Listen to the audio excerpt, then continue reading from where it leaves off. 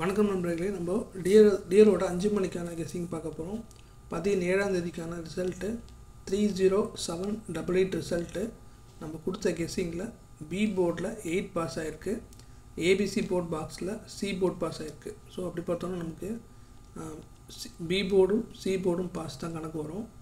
ஏன்னா B board டேரெக்டாக 8 இதில் பாஸ் ஆகிருக்கு, இதில் சி போர்ட் பாஸ் ஆகிருக்கு. இருந்தாலும் நமக்கு பி போர்டு தான் மெயினாக பாஸ் ஆகிருக்கு.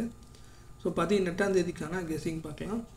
ஆல் போர்டில் நமக்கு 3 அதுக்கப்புறம் 0 கிடச்சிருக்கு, ஏ போர்டில் 9 அதுக்கப்புறம் 0 கிடச்சிருக்கு, பி போர்டில் 3 அதுக்கப்புறம் 9 கிடச்சிருக்கு, சி போர்டில் 3 அதுக்கப்புறம் 0 கிடச்சிருக்கு.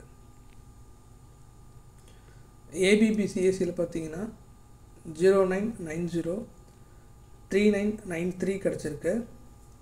ஏபிசி போர்ட் பாக்ஸில் 093548 கிடச்சிருக்கு.